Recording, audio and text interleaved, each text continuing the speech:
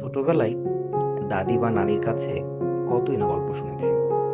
কখনো রূপকথার গল্প, কখনো চাঁদের বুড়ি, কখনো রাজা বাদশাদের গল্প। তবে এখন সেগুলো স্মৃতি হয়ে আছে। যুগের পরিবর্তনে সেগুলো প্রায় বিলুপ্ত।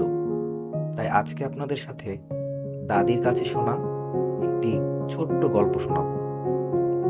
আপনার কি ছোটবেলায় দাদি বা নানিদের কাছে শোনা কোনো রূপকথার গল্পের কথা মনে আছে? চলুন গল্প শুরু করা যাক। একটি রাজ্যে একটি বড় রাক্ষস প্রায় হামলা করত। সে যখন আসতো তখন সেখানকার মানুষদের থেকে কিছু গরু ছাগল ভেড়া নিয়ে যেত। এগুলো না পেলে সে মানুষদের ধরেই নিয়ে যেত। এভাবে অত্যাচার যখন চরম সীমায় পৌঁছে গেল, তখন সেই রাজ্যের রাজা একটা সভা ডাকলো। সবাই মিলে আলোচনা করছিল কিভাবে রাক্ষসকে থামানো যায়, তার এই অত্যাচার, তার এই জুলুম থেকে রক্ষা পাওয়া যায়।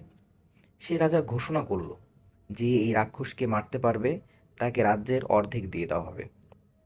কেউ দাঁড়ালো না ভয়ে, কেউ সাহস করছিল না। এর মধ্যে ছোট খাটো দেখতে একটি মেয়ে বলল সে রাক্ষসকে মারবে। সবাই তাকে নিয়ে ঠাট্টা শুরু করলো, হাসি তামাশা করছে। এই সময় রাজা সবাইকে ধমক দিয়ে থামতে বললেন, তোমরা তো কেউ দাঁড়ানোর সাহসই পাওনি। সে দাঁড়িয়েছে। রাজা জিজ্ঞেস করলেন, তুমি কি সত্যিই পারবে?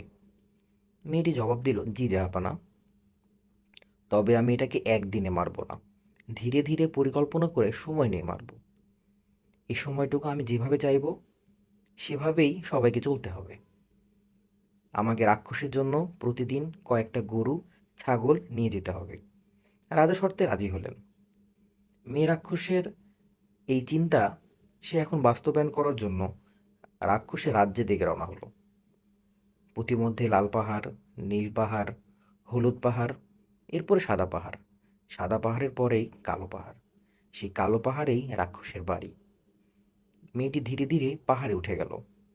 গিয়ে দেখলো তার স্বগোত্রীয় মানুষের হাড়-গুড় দিয়ে রাক্ষস তার বাড়ি বানিয়েছে। সে একদম ভয়ে ভয়ে রাক্ষসের ঘরে চলে গেল। রাক্ষস গিয়েছিল বাইরে।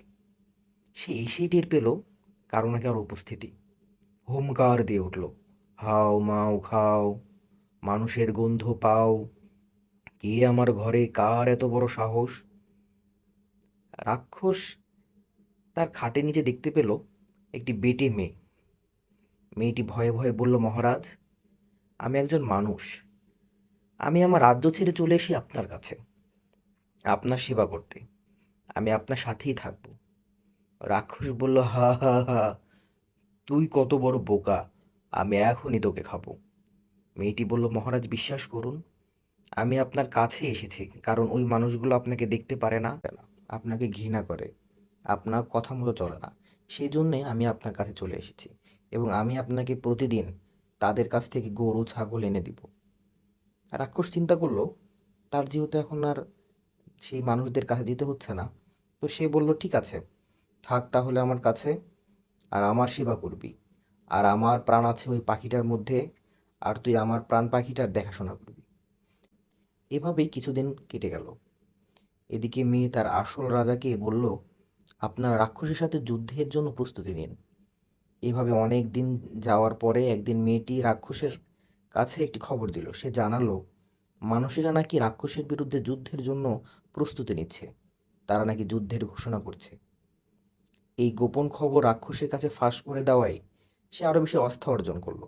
রাক্ষস জানালো, আচ্ছা, ওদেরকে জানিয়ে দিস আমিও যুদ্ধ করব, ওদের সবগুলোকে চিবিয়ে খাবো। যুদ্ধের দিন তারিখ ঠিক হলো। রাক্ষস তার প্রাণ পাখিকে মেয়েটির হাতে দিয়ে বলল, আমি যখন তোকে বলবো তখন এটাকে ছেড়ে দিবি। মেয়েটি জানালো, আচ্ছা ঠিক আছে।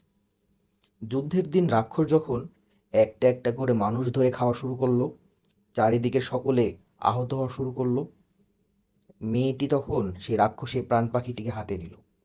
হাতে নিয়েই একটি ডানা ছিঁড়ে ফেললো, আর রাক্ষসের একটি হাত ছিঁড়ে গেল। রাক্ষস চিৎকার করে বলল, মেয়ে তুই এটা কি করছিস? ছেড়ে দে, ছেড়ে দে পাখিটি। তখন মেয়েটি আরেকটি ডানা ছিঁড়ে দিল। তখন রাক্ষসীর আরেকটি হাত ছিঁড়ে যায়।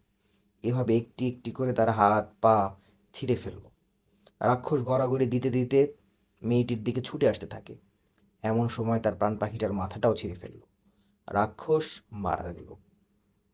এভাবেই রাক্ষসের ইতি টানল মেয়েটি। এরপরে মানুষেরা সুখে শান্তিতে তাদের রাজ্যে বসবাস করতে থাকলো, আর রাজ্যের অর্ধেক এর মালিকানা মেয়েটির নামে হয়ে গেল। গল্পটি কেমন হয়েছে জানাবেন, এবং লাইক, কমেন্ট এবং সাবস্ক্রাইব করে পাশে থাকুন। দয়া করে জানাবেন কিভাবে আমরা আমাদের গল্পগুলোকে আরও বেশি উন্নত করতে পারি।